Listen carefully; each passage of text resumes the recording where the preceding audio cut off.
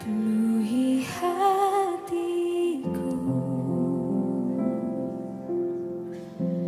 dengan hadir-Mu.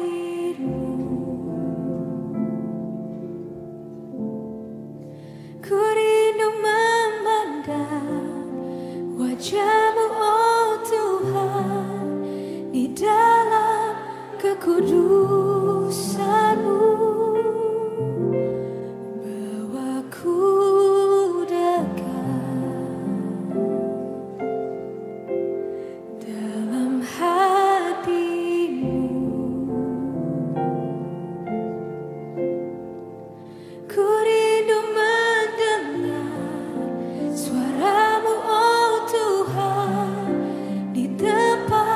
Kudus-Mu sekarang, ku rasakan kasih-Mu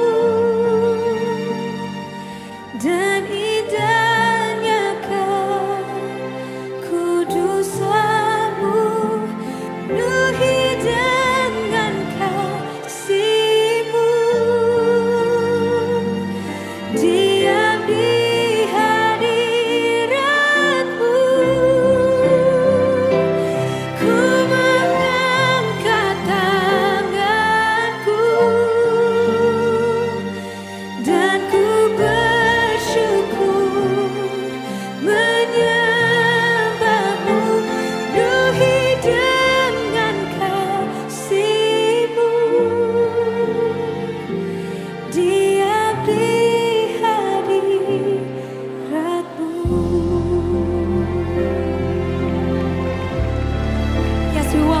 presence in this place, oh God. Oh, please, penuhi hatiku dengan hadir-Mu. Kami rindu Tuhan, ku rindu memandang wajah-Mu, oh Tuhan, di dalam kekudusan-Mu. Bawaku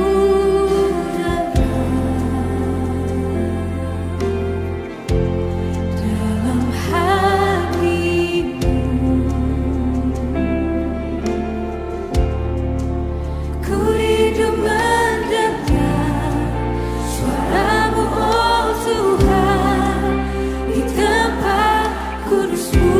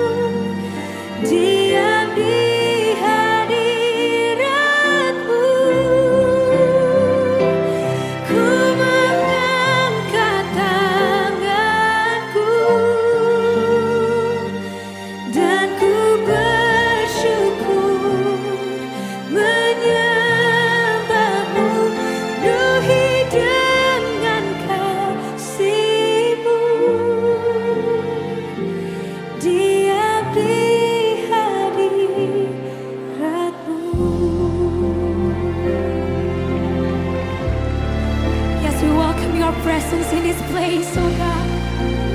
Oh, kami siap. Penuhi hatiku dengan hadir-Mu.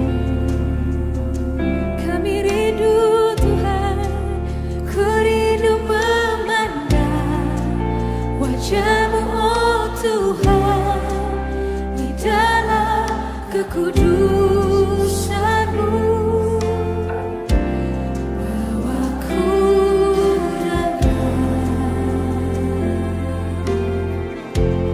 dalam hati-Mu. Ku rindu mendengar suara-Mu, oh Tuhan, di tempat kudus-Mu sekarang. Ku rasakan kasih-Mu dan indahnya kekudusan-Mu. Penuhi dengan kasih-Mu, diam di hadirat-Mu. Ku mengangkat tanganku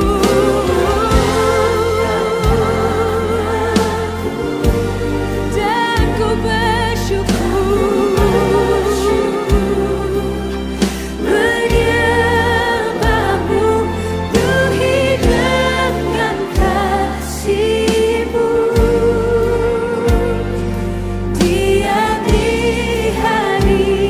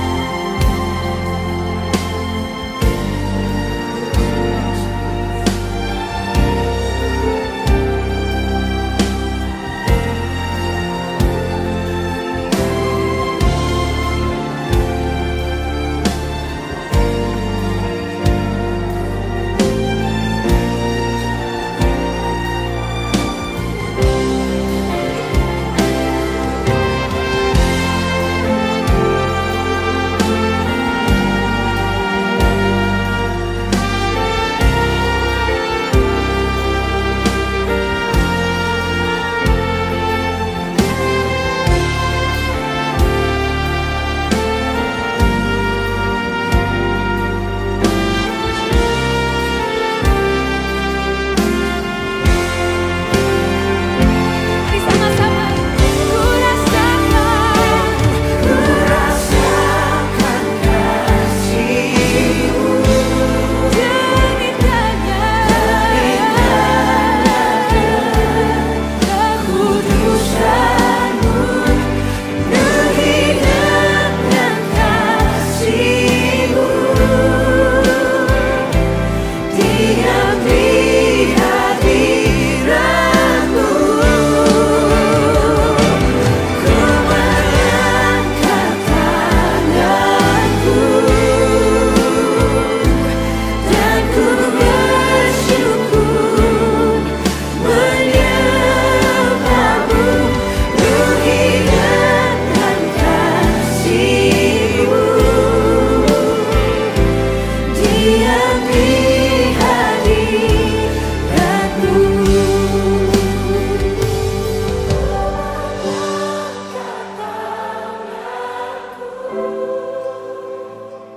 Dan ku bersyukur, menyembah-Mu. Penuhi dengan kasih-Mu, diam di hadirat-Mu.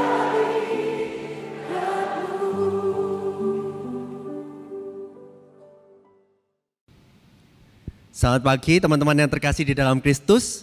Marilah kita memulai kebaktian kita pada pagi hari ini. Mari kita mengambil sikap berdiri, kita mengambil waktu teduh sejenak untuk mempersiapkan hati untuk beribadah.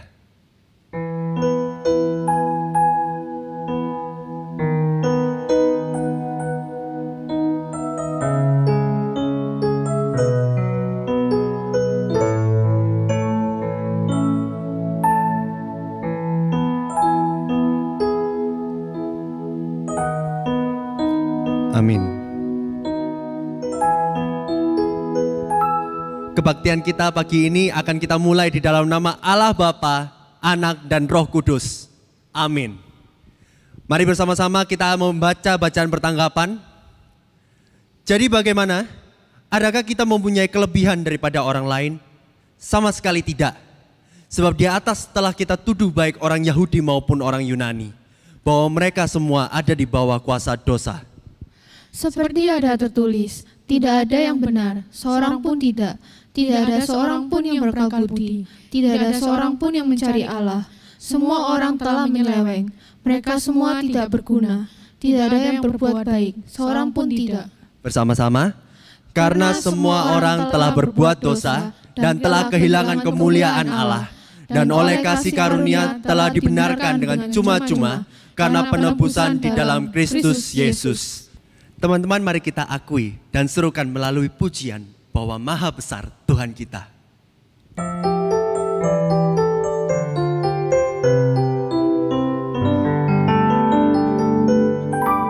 Sebab Tuhan maha besar dan sangat terpuji, Dia lebih dahsyat dari segala Allah.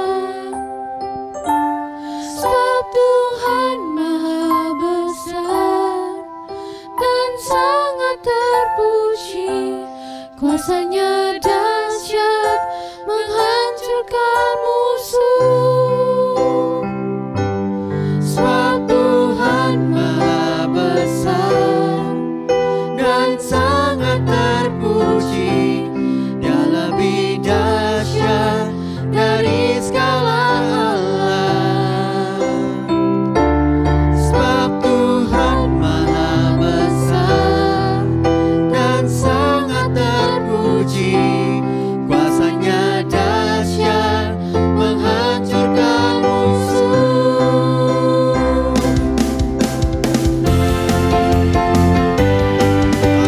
Tuhan maha besar dan sangat terpuji, Dia lebih dahsyat dari segala Allah.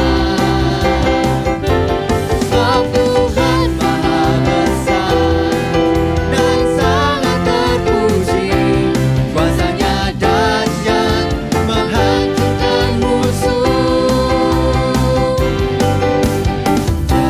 Ceritakanlah kemuliaan-Nya di antara segala bangsa, dan perbuatan-Nya yang sungguh ajaib di antara suku bangsa. Ceritakanlah kemuliaan-Nya di antara segala bangsa, dan perbuatan-Nya yang sungguh ajaib di antara suku bangsa. Sebab Tuhan maha besar dan sangat terpuji, Dia lebih dahsyat dari segala Allah. Sebab Tuhan maha besar dan sangat terpuji, kuasanya dahsyat menghancurkan musuh.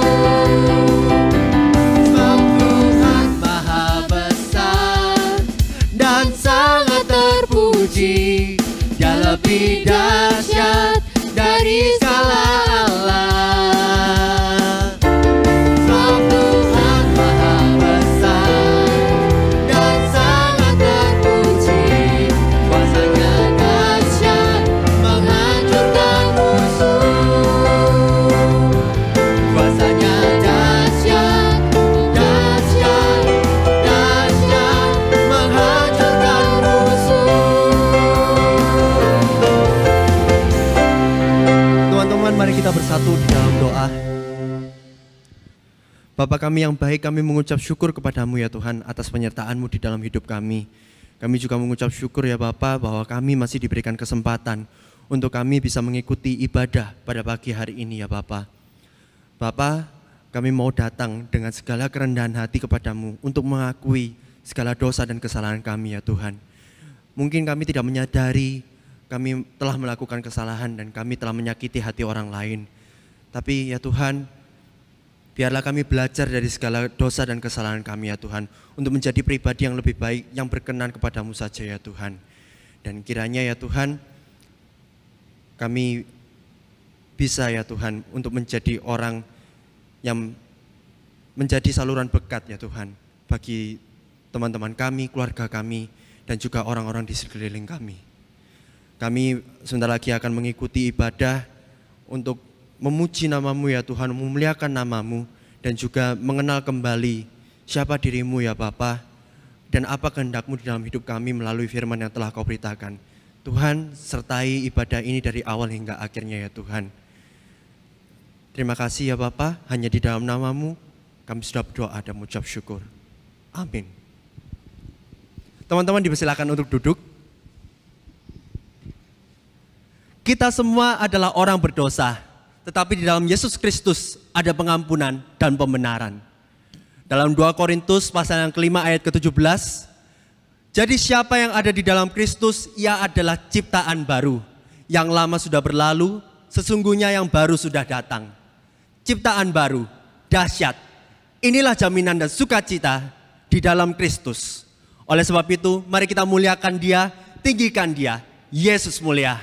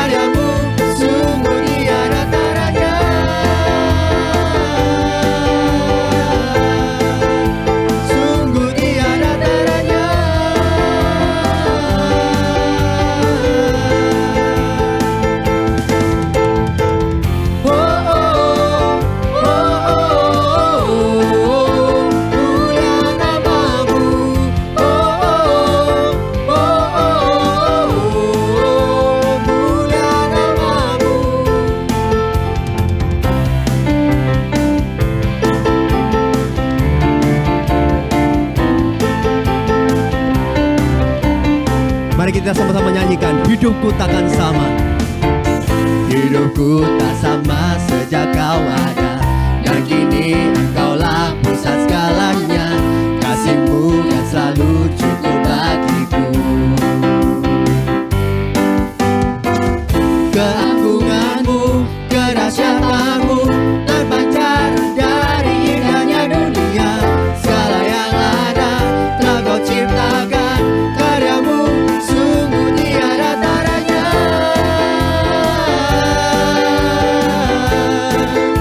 Sungguh tiada taranya.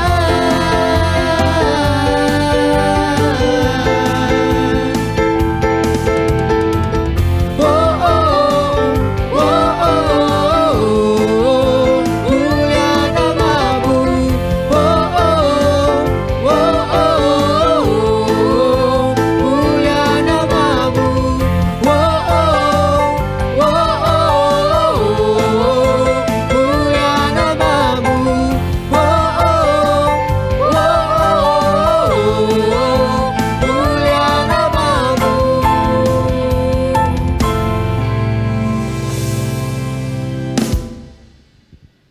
Manusia cenderung berbuat dosa dan kejahatan, tidak memiliki kemampuan untuk setia dan taat. Namun hanya di dalam Kristus kita akan dikuatkan dan dimampukan untuk taat dan setia sampai akhir. Sebelum mendengarkan firman Tuhan, Mari kita naikkan pujian kepada Tuhan.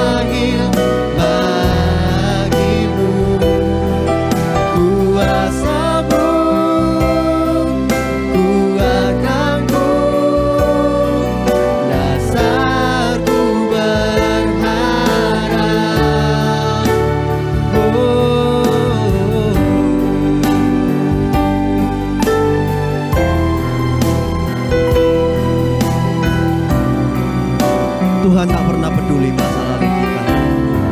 Dia tetap memilih kita. Tak peduli masa lalu, Engkau tetap memilihku. Ubahkanku, sempurnakan, jadi karya yang indah. Kini aku percaya, tiada yang mustahil bagimu. Kuasamu kuatkanku, dasarku berharap. Kini aku berserah pada rancanganmu bagiku. Ku ikuti panggilanmu, ku kan setia sampai akhir hidupku.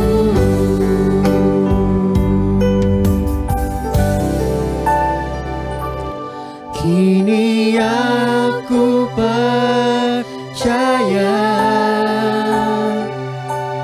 tiada yang mustahil bagimu. Kuasamu kuatkanku,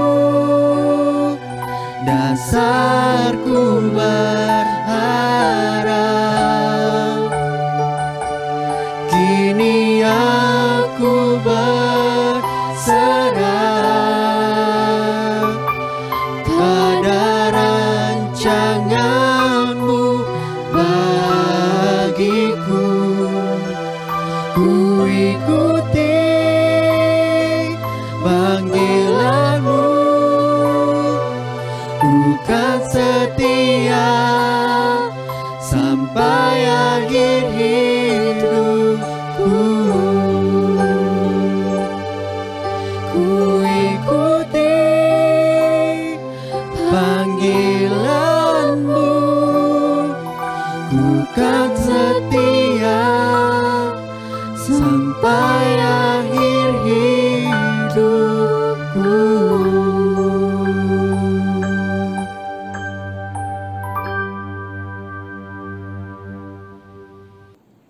Selamat pagi saudara yang dikasihi Tuhan. Mari kita berdoa. Tuhan Yesus Kristus, inilah kami anak-Mu siap untuk mendengarkan firman Tuhan. Pakai hamba-Mu untuk menyampaikannya. Di dalam nama Tuhan Yesus kami berdoa. Amin. Saudara yang dikasihi Tuhan, mari kita melihat sebuah video.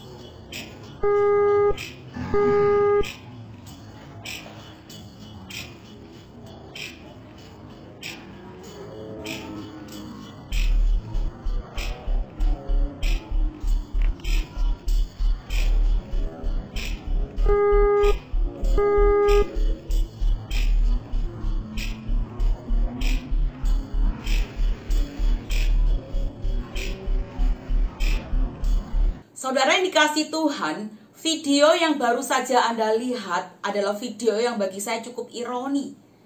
Seorang pemuda yang tahu karena keberadaannya lift itu tidak bisa naik ataupun turun, seharusnya dia langsung keluar dari lift itu supaya lift itu bisa berjalan. Tetapi realita yang terjadi tidak demikian. Saudara, saya menghitung ada sekitar 1 menit 15 detik.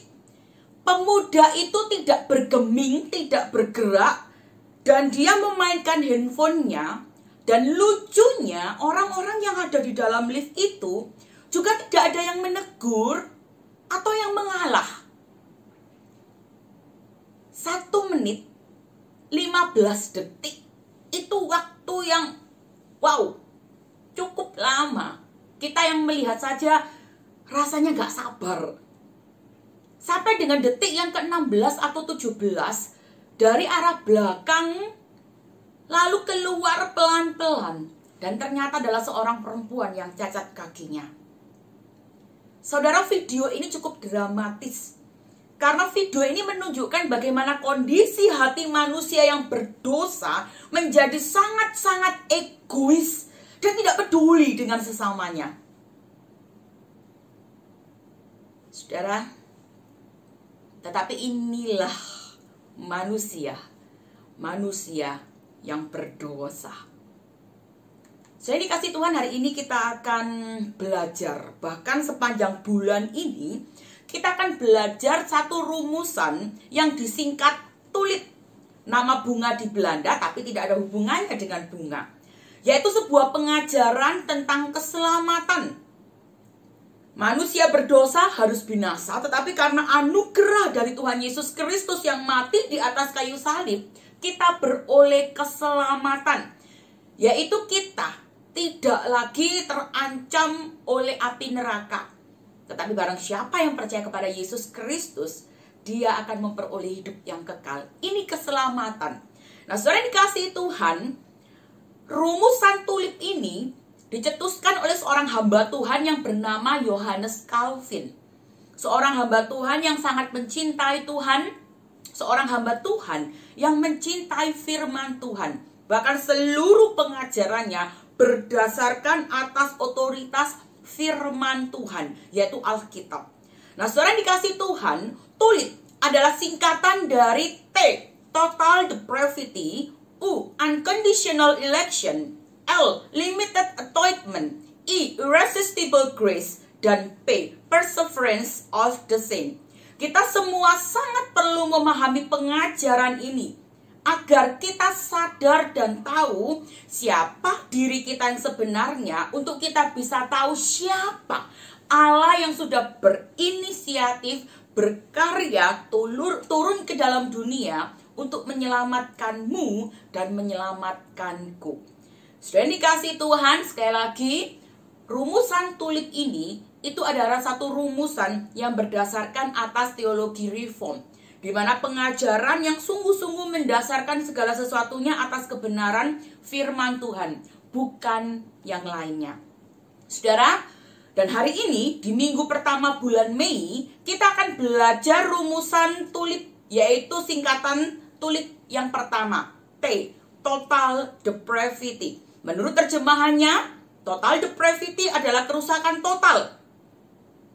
Total depravity bukan berarti manusia itu benar-benar rusak total, benar-benar bejat, benar-benar jahat, benar-benar kejam. Total depravity bukan berarti juga sudah maksimal bejatnya, tidak ada lagi peri kemanusiaan. Walaupun memang ada beberapa orang, seperti saja kita sebut Hitler. Total depravity bukan berarti manusia sama sekali tidak bisa membedakan baik dan jahat. Total depravity bukan berarti manusia senang melakukan segala kejahatan, segala dosa. Dan total depravity juga bukan berarti manusia tidak bisa menghargai kebaikan atau berbuat baik. Saudara, manusia yang sudah jatuh di dalam dosa masih bisa berbuat baik, masih bisa membedakan baik dan jahat. Tapi semuanya berdasarkan pikiran kita, pikiran manusia sendiri. Pikiran yang bagaimana? Pikiran yang tercemar dosa. Setelah dikasih Tuhan, mungkin kita bertanya ya, bagaimana manusia bisa jatuh di dalam dosa? Bahkan beberapa waktu ini kita sudah belajar tentang keselamatan, anugerah di dalam Tuhan Yesus Kristus. Kita sudah belajar bagaimana Allah Roh Kudus itu memberikan pimpinan tuntunan kepada kita agar kita terhindar untuk tidak melakukan dosa. Sekali lagi kita bertanya, bagaimana manusia bisa jatuh di dalam dosa? Saudara, ayo saya tarik sejarah ke belakang, yaitu dari kitab Kejadian. Saudara dikasih Tuhan, manusia jatuh dalam dosa karena kejatuhan Adam, manusia pertama ciptaan Tuhan yang tidak taat pada perintah Tuhan. Mungkin kita protes ya, loh itu kan berarti harusnya Adam saja yang berdosa. Mengapa semua orang jadi turut terlibat? Saudara perlu dipahami, saat itu hanya ada 3 makhluk hidup yang diciptakan Tuhan. Lalu yang diciptakan Tuhan menurut gambar dan rupa Tuhan adalah manusia, ciptaan Tuhan yang spesial. Dan tujuan Tuhan menciptakan manusia agar manusia bisa hidup bersekutu. Bersekutu itu hidup kumpul, bisa komunikasi sama-sama, punya hubungan, saling mengasihi. Itu bersekutu, saudara. Dan bisa taat pada perintah Tuhan. Oleh karena itu, saudara, ketika Tuhan menciptakan manusia, firman Tuhan mencatat bahwa ciptaan Tuhan ini sungguh sangat amat baik. Bayangkan, seturut dengan rupa dan gambarnya Tuhan. Punya kehendak, punya pikiran, punya perasaan. Apa yang Tuhan punya itu diberikan kepada kita, manusia ciptaannya. Oleh karena itu, saudara, ketika manusia diciptakan oleh Tuhan, Tuhan juga memberikan perlengkapan kepada manusia. Apa itu? Saya menemukan ada 3, saudara. Yang pertama, Tuhan memberikan kepada manusia itu pengetahuan. Pengetahuan apa? Yang pertama, setelah Tuhan menciptakan Adam, lalu memberikan Hawa, Tuhan berpesan kepada mereka untuk mereka bisa mengelola taman Allah ini. Mengusahakan, memelihara. lalu beranak cucu. Lalu yang kedua, Tuhan juga ngomong semua buah dalam taman itu mereka boleh makan. Tapi satu, Tuhan tunjuk. Bukan Tuhan tidak tunjuk, Tuhan tunjuk. Satu, pohon pengetahuan baik dan buruk itu buahnya tidak boleh mereka makan. Ini pengetahuan, saudara. Nah, pada waktu itu Tuhan juga memperlengkapi manusia untuk memberikan kemampuan untuk taat. Ya, Tuhan memberikan kepada manusia untuk taat. Lalu yang ketiga, Tuhan juga memberikan kepada manusia kemampuan untuk mengambil keputusan. Karena Tuhan tidak menciptakan robot. Ini yang disebut apa? Free will, ada kehendak. Nah, saudara dikasih Tuhan, pada akhirnya apa yang terjadi ternyata Adam dan Hawa mengambil keputusan yang salah. Mereka tidak taat. Nah, saudara, sekali lagi, mengapa Adam yang berdosa dan semua orang manusia turut berdosa? Saudara perhatikan, Adam bukan hanya nama satu pribadi atau satu orang, tetapi Adam itu sendiri yang merupakan bahasa Ibrani artinya manusia, itu mewakili keseluruhan manusia ciptaan Tuhan. Sehingga ketika Adam jatuh di dalam dosa, maka mau tidak mau keturunannya juga ikut berdosa. Sebagaimana Rasul Paulus dengan sangat jelas itu menuliskan dalam Roma 5 ayat 12. Sebab itu sama seperti dosa telah masuk ke dalam dunia oleh satu orang, dan oleh dosa itu juga maut, demikianlah maut itu telah menjalar kepada semua orang, karena semua orang telah berbuat dosa. Inilah yang disebut sebagai dosa asal. Satu orang jatuh di dalam dosa, maka semua orang turut di dalamnya. Tetapi nantinya, saudara, ketika Tuhan Yesus Kristus menebus kita, satu orang melakukan penebusan, semua orang yang percaya kepadanya turut diselamatkan. Wow, Tuhan melakukan satu anugerah keselamatan yang luar biasa. Nah, saudara dikasih Tuhan, tetapi sekali lagi, ketidaktaatan manusia kepada perintah Tuhan menyebabkan kamu dan aku jatuh di dalam dosa. Pengetahuan dan kemampuan yang Tuhan berikan tidak digunakan untuk menjadi bahan pertimbangan sebelum mengambil keputusan. Sebaliknya, manusia lebih tergoda, lebih penasaran, yaitu melanggar, melawan apa yang ditetapkan Tuhan.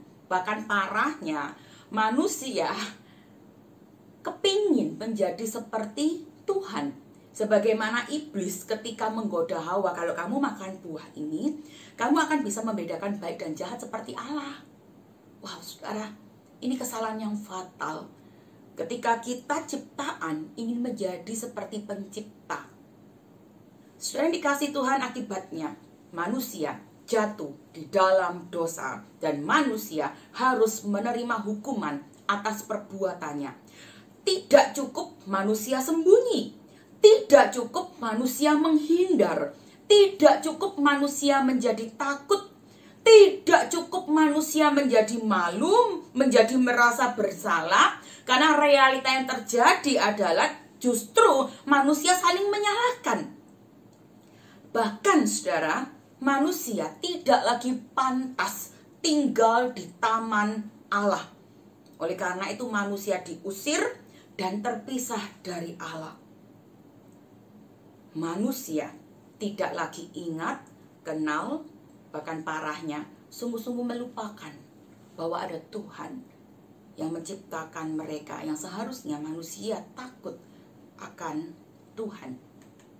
Saudara dikasih Tuhan, hasilnya manusia yang jatuh dalam dosa harus mengalami kematian. Dan di sini pengetahuan saya ingin bagikan kepada saudara. Kematian itu ada 3, saudara. Yang pertama, kematian jasmani. Artinya manusia tidak lagi hidup selamanya karena ada batasnya. Memang di awal-awal kitab Kejadian, umur manusia itu bisa ratusan. Bahkan bisa mencapai hampir 1000, saudara. Tetapi umur panjang tidak membuat manusia itu berbalik kepada Tuhan. Tidak, saudara. Ya. Kemudian kematian rohani. Manusia tidak lagi mencari atau kenal Tuhan. Ini kematian rohani. Lalu yang ketiga, kematian kekal. Manusia binasa untuk selama-lamanya. Saudara, tidak ada satu kehendak atau perbuatan baik apapun yang dapat dilakukan oleh manusia untuk menghindar dari tiga kematian ini. Seluruh kehidupan manusia, baik tubuh, pikiran, pengertian, perasaan, kehendak, hati nurani, semuanya sudah tercemar oleh dosa. Saudara, ini kasih Tuhan di dalam firman Tuhan, nanti kita akan baca ya. Itu menunjukkan. Mari bersama-sama kita membuka surat Rasul Paulus kepada jemaat di Roma. Surat Rasul Paulus kepada jemaat di Roma pasal 3. Saya akan bacakan ayat 10 sampai 18. Surat Rasul Paulus kepada jemaat di Roma. Demikian bunyi firman Tuhan. Seperti ada tertulis, tidak ada yang benar seorang pun tidak. Tidak ada seorang pun yang berakal budi. Tidak ada seorang pun yang mencari Allah. Semua orang telah menyeleweng. Mereka semua tidak berguna. Tidak ada yang berbuat baik, seorang pun tidak. Kerongkongan mereka seperti kubur yang ternganga. Lidah mereka merayu-rayu. Bibir mereka mengandung bisa. Mulut mereka penuh dengan sumpah serapah. Kaki mereka cepat untuk menumpahkan darah. Keruntuhan dan kebinasaan mereka tinggalkan di jalan mereka. Dan jalan damai tidak mereka kenal. Rasa takut kepada Allah tidak ada pada orang itu. Perhatikan, rasa takut kepada Allah tidak ada pada orang itu. Saya lanjutkan, dalam Roma pasal 2, Roma pasal 2, ayatnya yang ketiga sampai dengan ayatnya yang ke-6. Perhatikan. Dan engkau, hai manusia, engkau yang menghakimi mereka yang berbuat demikian, sedangkan engkau sendiri melakukannya juga. Adakah engkau sangka bahwa engkau akan luput dari hukuman Allah? Maukah engkau menganggap sepi kekayaan kemurahannya, kesabarannya, dan kelapangan hatinya? Tidakkah engkau tahu bahwa maksud kemurahan Allah ialah menuntun engkau kepada pertobatan? Tetapi oleh kekerasan hatimu yang tidak mau bertobat, engkau menimbun murka atas dirimu sendiri pada hari waktu mana murka dan hukuman Allah yang adil akan dinyatakan. Ayat yang ke-6. Ia akan membalas setiap orang menurut perbuatannya. Saudara dikasih Tuhan, inilah tulisan pengajaran Rasul Paulus kepada jemaat di Roma. Agar orang Kristen non-Yahudi pada waktu itu sadar tentang keberadaan mereka, yang adalah orang berdosa. Orang berdosa tidak punya hak untuk sombong atau punya hak untuk angkuh bahwa merasa bahwa mereka sudah berbuat baik, maka mereka merasa pantas untuk mendapatkan surga. Sebagaimana banyak orang merasa bahwa dengan banyak-banyak berbuat baik, maka dosa mereka akan dihapuskan karena perbuatan baik mereka. Ini ajaran yang salah, saudara. Saudara dikasih Tuhan, ketika kita menyadari bahwa kita adalah manusia berdosa, semakin kita menyadari bahwa Allah itu maha kudus, maha suci. Dan kalau Allah yang maha besar dan maha kuasa dan berdaulat itu sayang sama kita, rela turun ke dalam dunia untuk menebusmu dan menebusku, artinya kita manusia yang berdosa memang tidak punya kemampuan untuk menyelamatkan diri sendiri. Saudara dikasih Tuhan, maka Allah yang sedemikian inilah yang seharusnya kita kagumi, kita hormati, kita muliakan, kita sembah, kita tinggikan. Saudara dikasih Tuhan, dosa adalah hal yang serius, sangat serius. Saudara dikasih Tuhan, dalam teologi reform, ya, dalam teologi reform, sekali lagi teologi atau pengajaran yang sungguh-sungguh berdasarkan kepada firman Tuhan, dinyatakan ada 4 tahap status manusia. Dan ini merupakan pengetahuan sekali lagi ya. Saudara, teologi reform menyatakan ada 4 tahap status manusia. Dan 4 tahap ini itu ditemukan oleh para hamba Tuhan yang sungguh-sungguh belajar firman Tuhan. Tahap yang pertama, saudara, yaitu sebelum manusia jatuh di dalam dosa, status manusia itu dapat berdosa. Ya, sebagaimana ketika Tuhan menciptakan Adam dan Hawa, mereka belum berdosa, tetapi mereka dapat berdosa. Karena sekali lagi memang Allah memberikan kemampuan kepada mereka untuk taat, bahkan Allah juga memberikan kemampuan kepada mereka untuk mengambil keputusan. Dan ternyata mereka itu melenceng dari apa yang dirindukan dan diharapkan oleh Allah.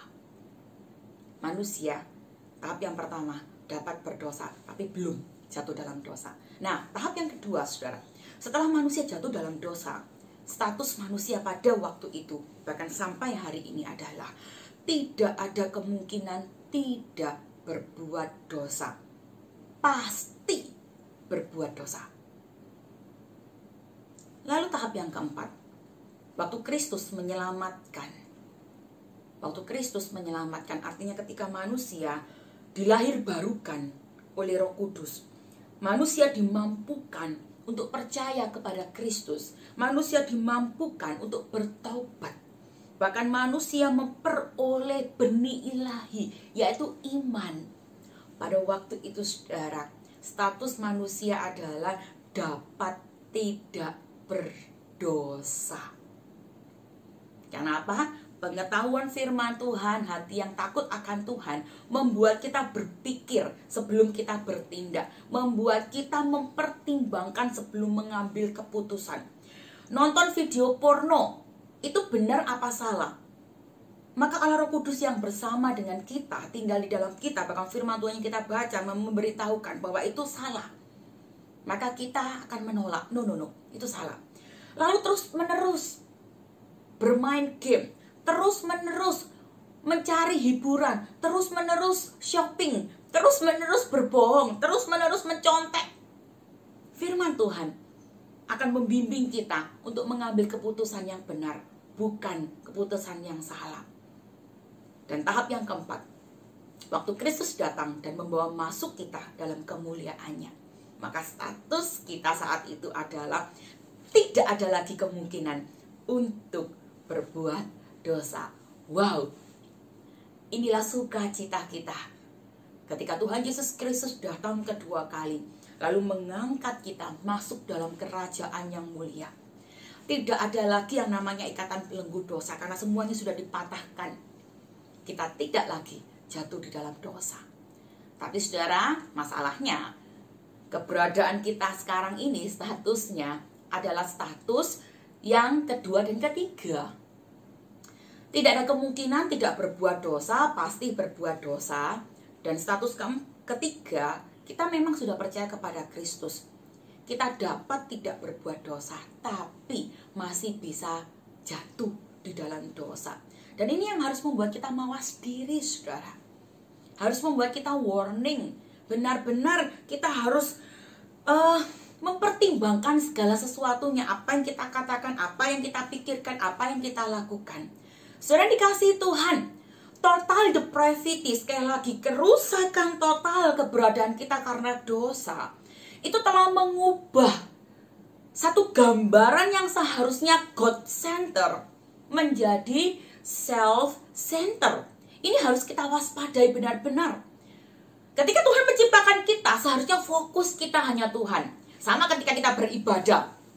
Ya, ketika kita kebaktian, mau kebaktian umum, kebaktian pemuda remaja, kebaktian sekolah minggu, seharusnya fokus kita adalah Tuhan. Kita memuji Tuhan, kita bernyanyi untuk Tuhan. Ketika kita mendengarkan firman Tuhan, kita mendengarkan dengan sungguh-sungguh. Ketika kita berdoa, kita sungguh-sungguh berdoa, fokusnya hanya kepada Tuhan. Tapi kenyataan yang terjadi bukan ketika kita dengar firman Tuhan merasa pembicaranya ini membosankan gitu ya, nggak enak, nggak seru, nggak ada lucu-lucunya.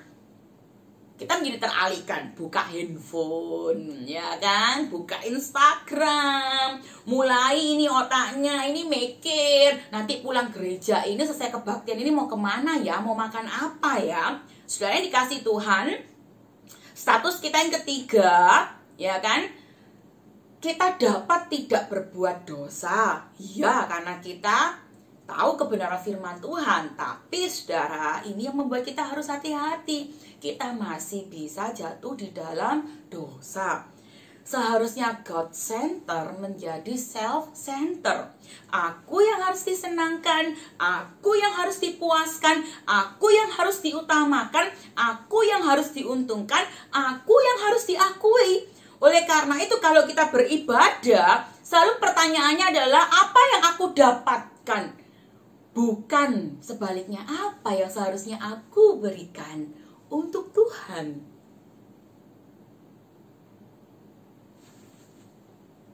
Saya dikasih Tuhan ada beberapa gambar ini ya.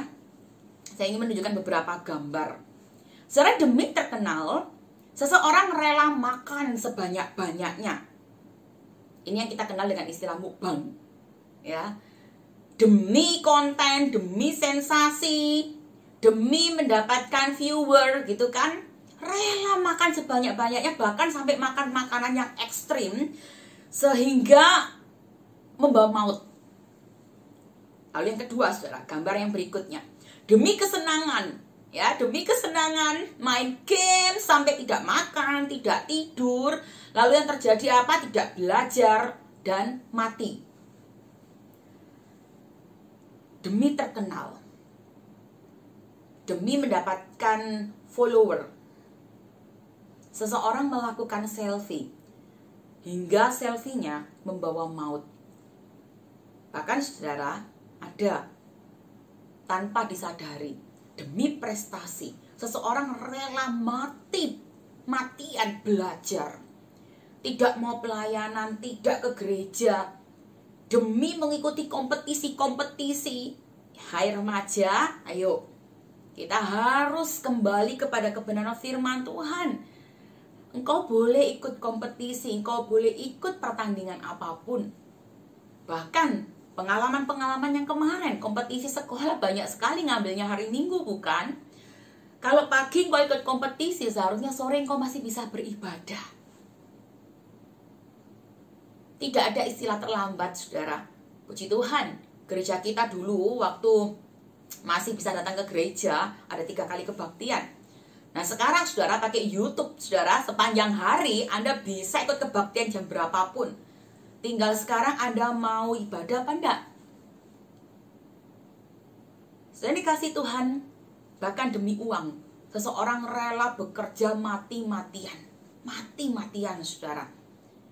Ya, bahkan banyak juga kan orang tua yang karena tuntutan, memang tuntutan biaya anak-anak sekolah itu mahal, saudara. Orang tuamu kerja mati-matian demi kamu, gitu ya. Tapi ya bagaimana lagi tuntutan, saudara. Tapi kadang kerja mati-matian sampai ada yang buka toko hari Minggu dari pagi sampai malam. Bahkan ngomong kalau hari Minggu tuh rame. Banyak orang Kristen yang tidak lagi beribadah. Ini sedih sekali, saudara. Saudara dikasih Tuhan, sekali lagi, inilah keberadaan manusia yang berdosa. God center menjadi apa? Self center. Kenapa? Karena dosa. Saudara dikasih Tuhan, ego manusia membuat apa? Tuhan itu keluar dari hati kita. Ego, singkatan dari edging God out. Mengusir Tuhan keluar. Tetapi kita masih punya pilihan, saudara. Hari ini kita masih punya kesempatan. Jangan mengambil ego yang negatif. Tapi mari kita mengambil ego yang positif. Yaitu apa? Exalting God only. Muliakan Tuhan. Saya dikasih Tuhan, pelajaran hari ini. Pelajaran dari total depravity, keberadaan manusia yang sudah jatuh di dalam dosa. Perlu kita perhatikan dengan serius. Sangat serius, saudara. Ya. Pelajaran itu apa? Saudara, yang pertama, sadar diri ya bahwa kita adalah manusia yang berdosa. Perhatikan baik-baik. Orang tua sering banyak memberikan nasihat-nasihat. Itu pengetahuan. Tapi pengetahuan itu ternyata tidak membuat manusia menjadi bijak. Statementnya orang muda apa? Peraturan itu untuk dilanggar. Saudara, itu dosa ya. Itu dosa. Nah, jangan main pisau. Semakin penasaran kan, semakin tergoda nyoba si pisau itu ya apa. Nanti kalau sudah terluka baru nangis-nangis. Nah, Kalau pacaran, jangan pergi ke tempat-tempat gelap, gitu ya. Jaga diri, jaga kekudusan. Tapi kenapa apa yang terjadi? Tetap pergi ke tempat-tempat gelap. Lalu kalau sudah bupati buka paha dikit gitu kan, lalu mulai naik ke atas, mulai cium sana cium sini, lalu apa yang terjadi? Kebablasan. Lalu terjadilah apa? Kehamilan di luar nikah. Nangis-nangis, nyesel-nyesel. Apa yang harus dilakukan? Aborsi. Ingat, itu dosa. Engkau semakin bertubi-tubi melakukan kesalahan. Jangan menyetir atau mengendarai sepeda motor atau mobil kalau belum waktunya. Tapi ini darah muda itu semakin membuat ingin pamer, tertantang gitu ya. Naik motor, naik mobil, jebret, kecelakaan. Siapa yang susah? Orang tua. Sudah dikasih Tuhan, sadar diri. Kita adalah manusia berdosa yang mudah sekali jatuh di dalam dosa. Kita perlu hati-hati. Lalu yang kedua, saudara, tahu diri bahwa kita ini adalah orang yang disayang Tuhan. Ketika jatuh dalam dosa, Tuhan tidak membuang kita.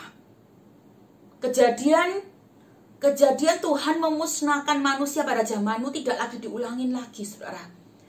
Tapi karena kasih karunia, karena cintanya Tuhan sama kita, Tuhan mau turun ke dalam dunia, itu bukti cinta kasihnya Tuhan. Tahu diri, kita adalah orang yang sudah ditebus dan diselamatkan oleh Tuhan. Tuhan Yesus Kristus sudah menanggung murka Allah. Kutukan yang seharusnya ditimpakan kepada kita sudah ditimpakan kepada Tuhan Yesus Kristus. Sadar diri, tahu diri. Kita ini sudah diselamatkan. Lalu yang ketiga, kenali diri, saudara. Kalau kita sekarang adalah orang-orang yang dianugerahi Tuhan dengan anugerah dan kasih karunia. Apapun kesalahan kita di masa lalu, apapun kesalahan kita hari ini, dan apapun kesalahan kita ke depan, saudara. Ketika engkau bertobat, engkau sungguh-sungguh berdoa, memohon pengampunan dari Tuhan, saudara. Dia adalah Tuhan yang penuh dengan kemurahan. Bahkan di dalam Roma tadi saya sudah bacakan, maukah engkau menganggap sepi kekayaan kemurahannya, kesabarannya, dan kelapangan hatinya? Jangan. Kesabarannya, kemurahannya, kelapangan hatinya, kasih sayangnya itu sungguh-sungguh tersedia buat kita. Tidak ada di dalam kekristenan itu, saudara, istilah kalau sudah jadi bubur, penyesalan, sudah tidak bisa apa-apa, pasrah, tidak ada, saudara. Selalu ada harapan, dan Tuhan selalu memberikan kepada kita kesempatan untuk bangkit, berubah, kembali berbalik kepada Tuhan. Itu yang saya yakini, saudara. Tidak ada yang namanya nasi jadi bubur. Sudah tidak ada harapan, tidak ada, saudara. Selalu ada harapan. Tidak ada istilah menyerah. Satu kalimat bahasa Inggris kan, never give up, never surrender. Ini memang benar, saudara. Lalu yang keempat, saudara, percaya diri. Tuhan menerima kita apa adanya. Tuhan tidak pernah menolak kita. Sebejat, sejahat, seberdosa apapun kita. Dan seharusnya inilah yang membuat kita thankful. Terima kasih Tuhan. Terima kasih. Saudara, saya ingin mengakhiri khotbah hari ini dengan sebuah video. Saya harap saudara bisa memperhatikan, melihat video ini dengan baik-baik. We see the story of Jesus going to the cross, and everything seems to kind of be hand in hand. And then there's this one character that seems to interrupt the narrative. His name's Barabbas. We don't even know much about him except that he's a murderer, a leader of an insurrection, a rebel. And why he's even mentioned, sometimes I'm not so sure. It's like, what? This is about Jesus going to the cross. So in this moment, Pilate thinks, I hold the destinies of these two men in my hand. I know the Jews have a tradition that on a holy day, I will release one of the prisoners on death row. Pilate stands on this audacious stage, who now presents Jesus, Son of the living God, versus Barabbas, the thug and rebel. He says, all right, who do you want? This is blasphemy. This has gone too far. There's no comparison. This is a rightful prisoner, a man who should be on death row. He's a rebel against Rome. He leads a rebellion. He murders people. He's a bad man. He's a thug and he's a crook. He deserves the chains and he deserves the crucifixion. Jesus, what has he done but heal, restore, deliver, set free, open blind eyes, open deaf ears, heal the lame and the leper? What has Jesus done? Who do you want? We want Barabbas. Yeah, give us Barabbas.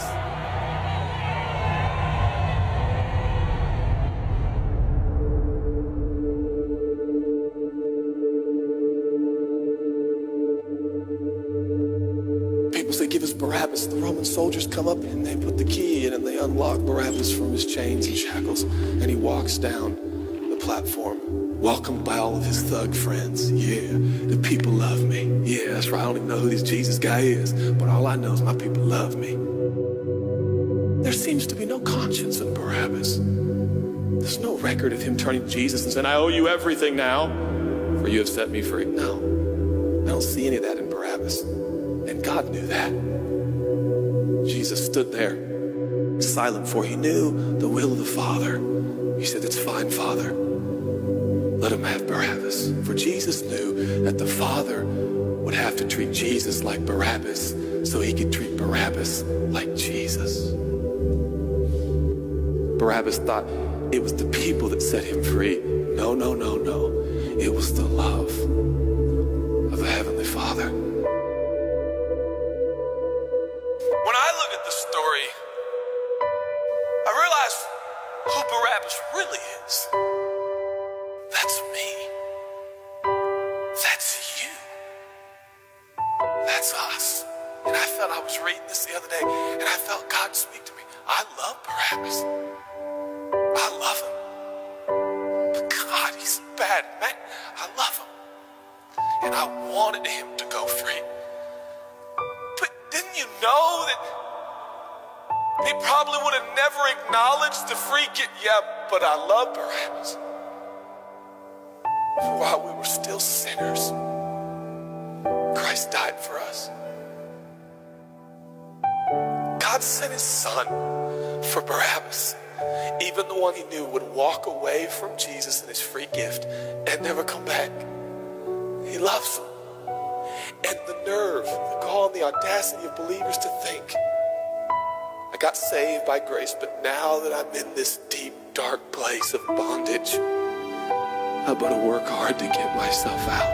What? That's the opposite of the gospel. Are you bound?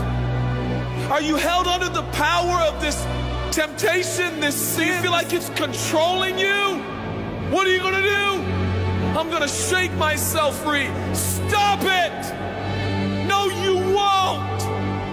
You're no match for the powers of hell and the urges of sin. You will not overcome it, and you will never overcome it. You'll just be another statistic. There's no answer within yourself.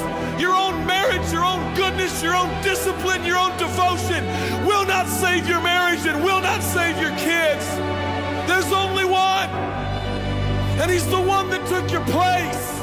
He's the one that stood silently on the platform with Pilate and said, yes, let him have Barabbas. Take me.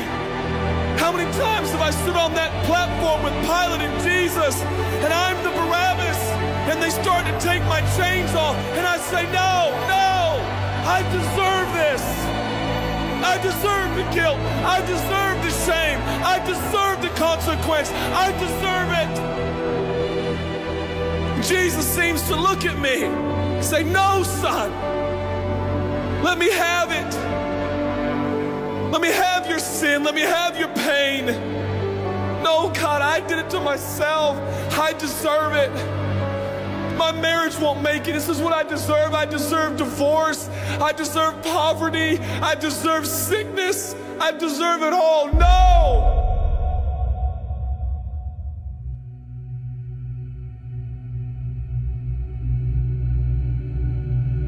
God, I'm so ashamed. Give me your shame. But God, what if I do it again? I'll still be here. Oh God, I don't want to hurt you. I love you. I don't want to do this anymore. Give me your sins, son.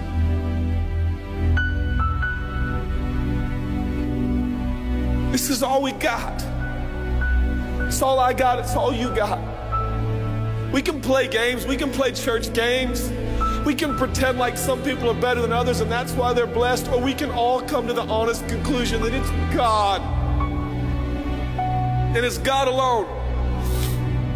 The greatest challenge is not your discipline, your devotion, your focus. Your greatest challenge is believing the gospel. Could it be that there's a God with a love so scandalous, so wide, so deep, so vast, so high, so expansive, so welcoming, so inclusive? Let me have your sin, son. Okay. When I give him my sin, and I stand in this empty space of forgiveness and acceptance while Jesus walks off to the cross that I deserve. I see him walking to the post to be whipped. As I stand a free man, all the attention is turned now. And I feel the love of God saying, go son, live your life. I'll pay the price. Where did we get off? Thinking that we were gonna set ourselves free. It's still Jesus. It'll always be Jesus. It'll never stop being the power of Jesus. If his blood is sufficient for your salvation, his blood is sufficient to sustain you through every challenge and every sin and every temptation. Jesus is enough.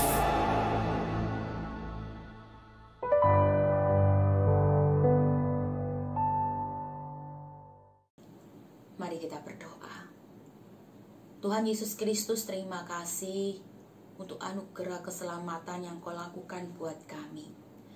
Terima kasih untuk kerelaanmu berkorban mati di atas kayu salib, menanggung cawan murka Allah yang seharusnya ditimpakan kepada kami. Sekalipun kami tahu kebenaran firman Tuhan ini, sekalipun kami sudah mendapatkan pengetahuan ini Tuhan, kenyataan yang terjadi kami masih sering kali jatuh, tersandung, dan kami kembali kepada kebiasaan lama kami. Ampuni kami Tuhan. Ampuni kami.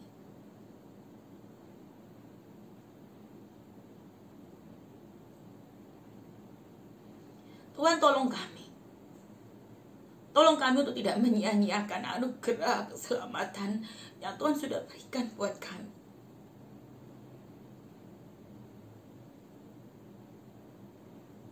Kalau sampai hari ini Tuhan, Kau tahu bahwa kami berjuang. Kami sungguh-sungguh berjuang Tuhan.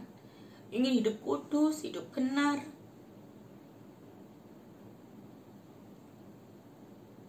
Tuhan, tetap sayangilah kami. Jangan pernah menyerah terhadap kami ya Tuhan. Kami akan berusaha untuk tidak menyerah dengan diri kami sendiri. Tuhan, saat ini kondisi bangsa kami, kondisi orang tua kami tidak baik.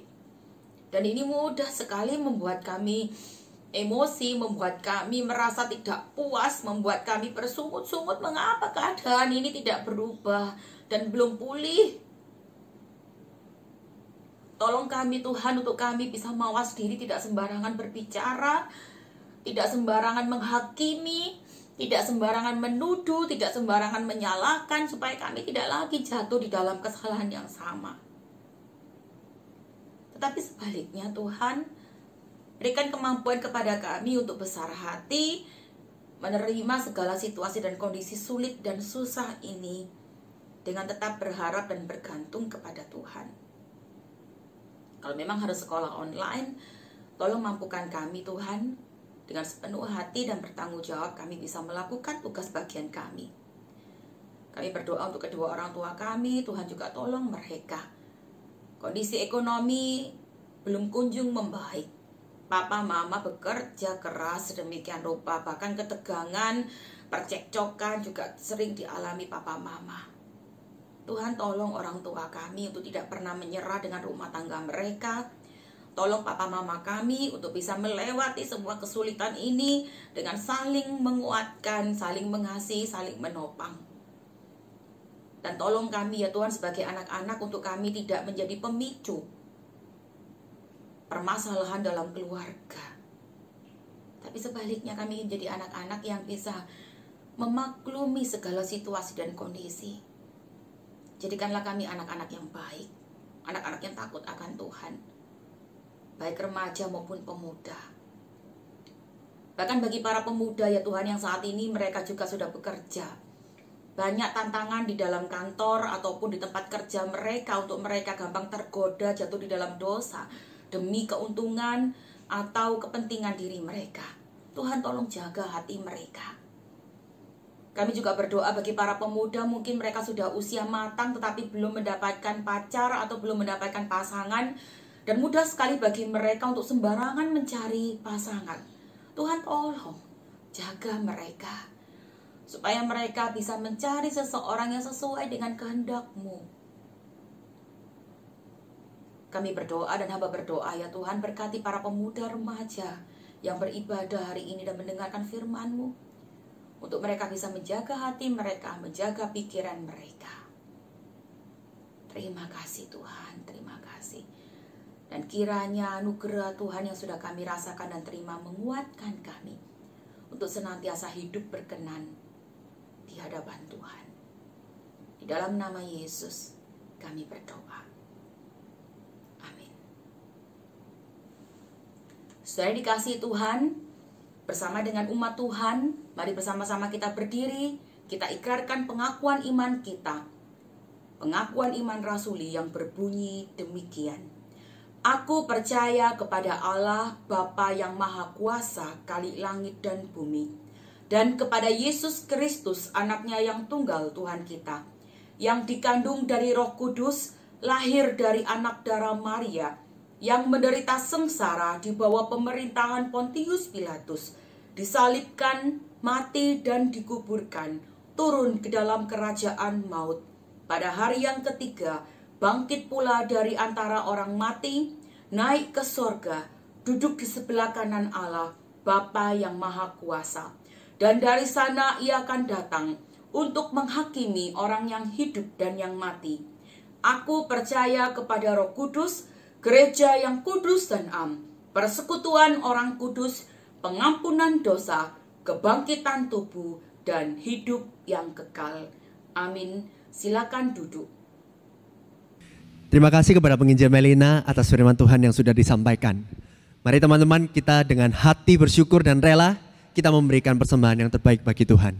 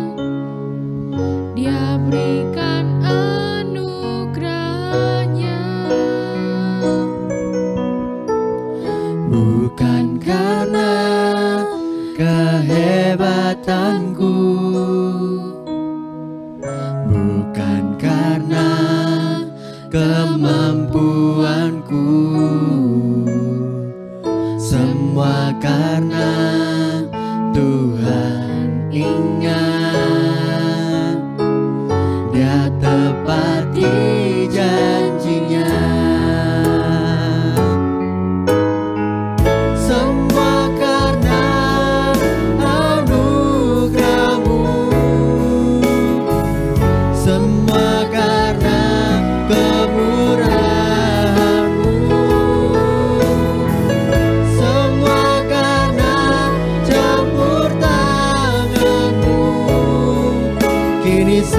semuanya untuk kemuliaan-Mu.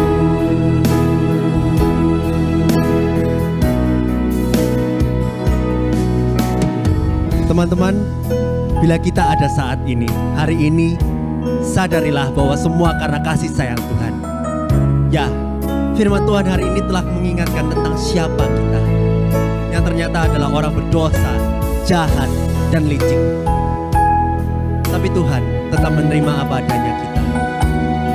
Teman-teman, mari kita bersyukur kepada Tuhan, bukan hanya lewat persembahan uang, tapi kerelaan diri untuk mau rajin beribadah, membaca, dan taat melakukan firman Tuhan. May Jesus be glorified with our life. Mari bersama-sama kita ulangi. Bukan karena kebaikanku, bukan karena kebaikanku, bukan karena kemampuanku, tapi semua karena Tuhan. Dia berikan anugerahnya, bukan karena kehebatanku, bukan karena kemampuanku, semua karena Tuhan. Ingat, Dia tepati janjinya. Semua karena anugerah-Mu, semua karena kemurahan-Mu, semua karena campur tangan-Mu. Ini semuanya untuk kemuliaan-Mu. Semua karena anugerah-Mu, semua karena kemurahan-Mu, semua karena campur tangan-Mu. Kini semuanya untuk kemuliaan-Mu. Ini semuanya untuk kemuliaan-Mu. Mari kita satu di dalam doa. Tuhan, terima kasih atas berkat-Mu pada hari Minggu ini, sehingga kami dapat beribadah kembali ya Tuhan pada hari Minggu ini. Tuhan, sekarang kami membawa persembahan kami ya Tuhan ke hadirat-Mu. Biarlah persembahan ini dapat dipakai untuk memuliakan nama-Mu saja ya Tuhan. Kami serahkan semuanya ke dalam tangan-Mu, dan nama Tuhan Yesus kami sudah berdoa. Ya Tuhan, selanjutnya kami akan berdoa Tuhan untuk perekonomian yang ada di jemaat GKA Gloria Galaksi ini Tuhan. Biarlah mereka bisa kuat dan tabah untuk menghadapinya. Juga kita berdoa Tuhan untuk pemuda, peniel, dan remaja Kara Tuhan. Biarlah mereka bisa bersekolah dengan baik di rumah maupun bekerja juga dengan baik. Juga berikan mereka kesehatan dan kesejahteraan Tuhan. Terima kasih Tuhan, terima kasih. Tuhan, kami mau berdoa ya Tuhan, terkhususnya untuk orang tua saudara kami, orang tua dari Cynthia dan Niko ya Tuhan, yang pada saat ini mengalami kelemahan tubuh ya Tuhan, mengalami sakit ya Tuhan. Kiranya Engkau berikan kesembuhan kepada orang tua dari saudara kami ya Tuhan. Kiranya juga orang tua dari Cynthia dan Niko bisa kembali menjalani aktivitas seperti biasa ya Tuhan. Tapi kami semua kembalikan seluruhnya kepada kehendak-Mu saja ya Tuhan. Tuhan, kami berdoa untuk pembangunan gedung next generation ya Tuhan, yang sedang dibangun pada saat ini. Tuhan, kiranya Engkau sertai ya Tuhan dalam proses pembangunan ini dari awal hingga akhirnya, mulai dari pekerja-pekerja ya Tuhan, dan juga panitia-panitia yang mengurus ya Tuhan dalam pembangunan ini. Tuhan, kiranya gedung ini bisa digunakan untuk kemuliaan nama-Mu saja ya Tuhan. Dan kami berdoa ya Tuhan untuk warga perumahan Wisma Permai ya Tuhan. Kami memohon ya Tuhan agar Engkau menggerakkan hati warga-warga yang ada di Wisma Permai ini untuk bisa mensupport pembangunan gedung gereja kami ya Tuhan. Karena apapun yang kami lakukan pada saat ini ya Tuhan, semuanya untuk kemuliaan nama-Mu saja ya Tuhan. Tuhan, kami berdoa ya Tuhan untuk teman-teman kami, para pemuda terkhususnya yang sedang mengalami pergumulan ya Tuhan di dalam relasi mereka, terutama dengan pasangan mereka ya Tuhan, yang pada saat ini menuju proses pernikahan. Tuhan, kiranya Engkau memberikan hikmat dan kebijaksanaan ya Tuhan untuk bisa mereka terus berproses, untuk bisa mengetahui apa yang menjadi kehendak Tuhan di dalam hubungan mereka. Tuhan, jamahlah mereka agar mereka menjalani hubungan mereka dengan kekuatan-Mu saja ya Tuhan. Bapak, kami sungguh mengucap syukur ya Tuhan atas kesempatan yang sudah Kau berikan kepada kami, kesempatan untuk kami berdoa dan berkomunikasi ya Tuhan, untuk meminta dan berharap ya Tuhan. Kami serahkan semuanya ke dalam satu nama, Tuhan kami Yesus Kristus. Amin. Teman-teman, mari kita mengakhiri ibadah ini dengan ucapan syukur dan menaikkan pujian Bapa. Terima kasih.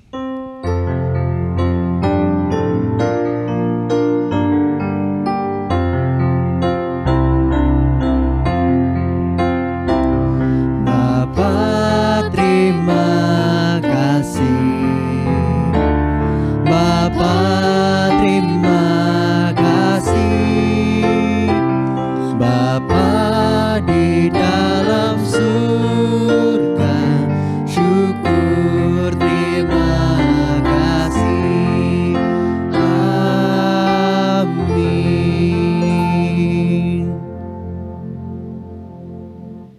Mari kita berdoa.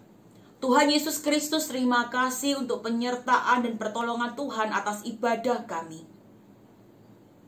Kami akan menjalani kehidupan kami sehari-hari di tengah-tengah keluarga kami, di lingkungan di mana kami tinggal.